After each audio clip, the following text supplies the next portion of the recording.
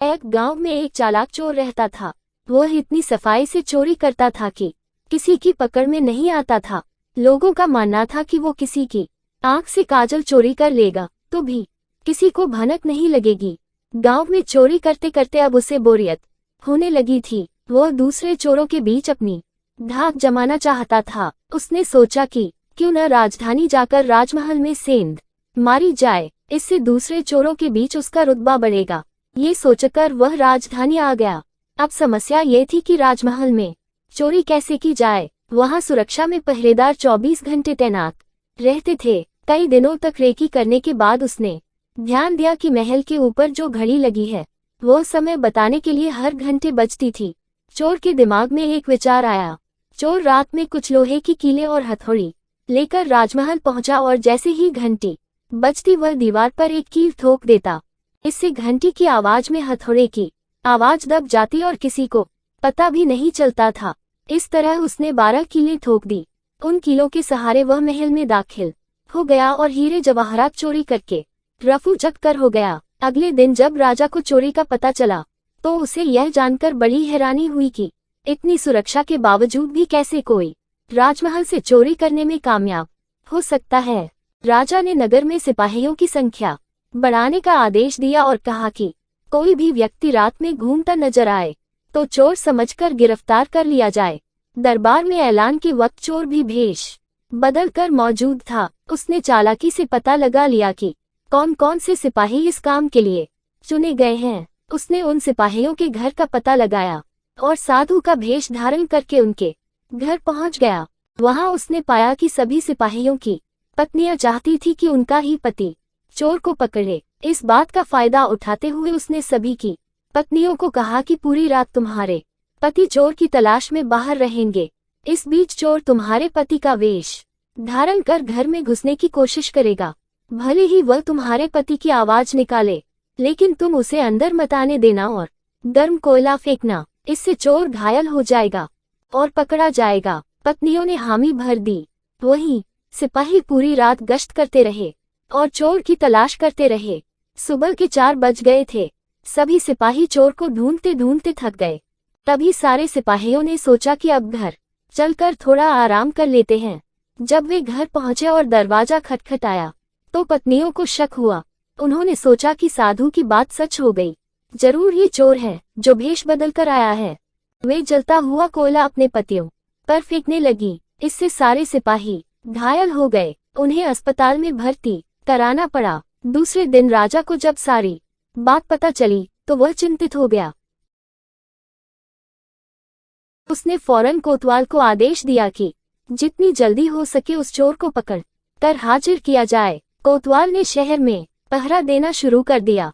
इस दौरान कोतवाल को एक युवक आता दिखा। कोतवाल ने उस लड़के से पूछा, कौन हो तुम? युवक ने कहा, मैं चोर हूँ।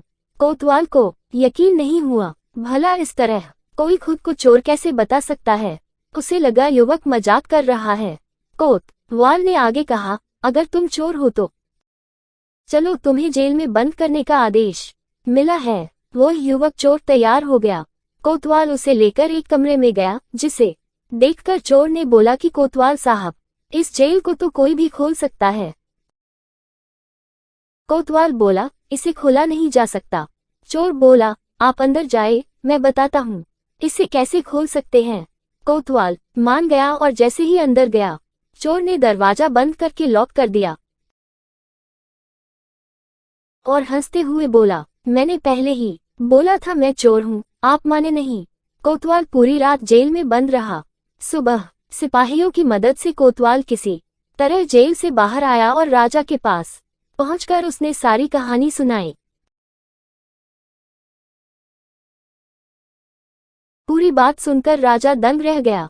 अब उसने खुद चोर को पकड़ने का फैसला किया। रात होने पर राजा ने गश्त देना शुरू कर दिया। इस दौरान चोर ने साधु का भेष बनाया और एक पेड़ के नीचे धूनी जमाकर बैठ गया। गश्त के दौरान राजा इधर उधर के चक्कर काट रहा था। इस दौरान उसने पेड़ के नीचे साधु को बैठा देखा तो पूछा कि बाबा, इधर से किसी अजनबी इंसान को जाते देखा है क्या? साधु के भेष में बैठा चोर बोला कि मैं ध्यान में था, इसलिए देख नहीं पाया। इस दौरान राजा को एक विचार आया।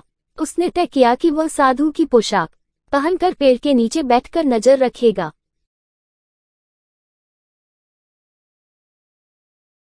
और साधु चोर को अपने कपड़े पहना देगा ताकि वह नगर के चक्कर लगा सके। पहले तो चोर इस बात पर राजी नहीं हुआ, लेकिन काफी चर्चा के बाद वह राजा के कपड़े पहनने के लिए राजी हो गया। राजा साधु के भेष में पेड़ के नीचे बैठ गया। इस दौरान चोर ने राजा के कपड़े पहने, घोड़े पर बैठा और महल जाकर आराम से सो गया। जब पूरी रात गुजर गई, सुबह के 4 बजे के करीब राजा को लगा कि साधु तो अब तक लौटा नहीं और न ही कोई अजनबी इस रास्ते से गुजरा, तो उसने महल लौट जाने का फैसला किया। जब वह महल के फाटक के पास पहुंचा तो पहरेदारों ने सोचा कि राजा तो काफी पहले महल आ चुके हैं, ये जरूर कोई बहरूपिया है। उन्होंने राजा को बहरूपिया समझकर जेल में डाल दिया। भोर होने पर एक संतरी ने राजा को पहचाना और जेल से बाहर निकाला। वह राजा के पैरों पर गिरकर माफी मांगने लगा। राजा ने उसे माफ कर दिया।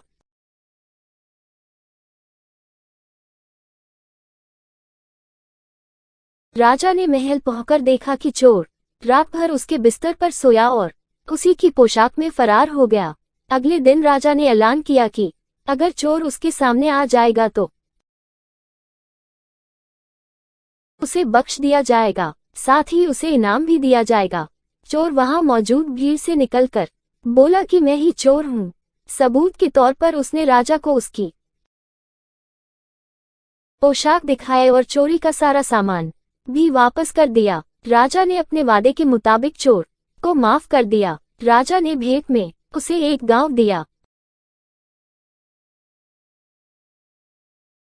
साथ ही वादा लिया कि भविष्य में वह कभी चोरी नहीं करेगा। इस तरह चतुराई के बल पर चोर ने खुद को साबित किया और खुशी खुशी जीवन यापन करने लगा। कहानी से सीख, अगर इंसान में बुद्धिमानी और समझदारी है तो वह विषम परिस्थितियों में भी खुद को श्रेष्ठ साबित कर सकता है।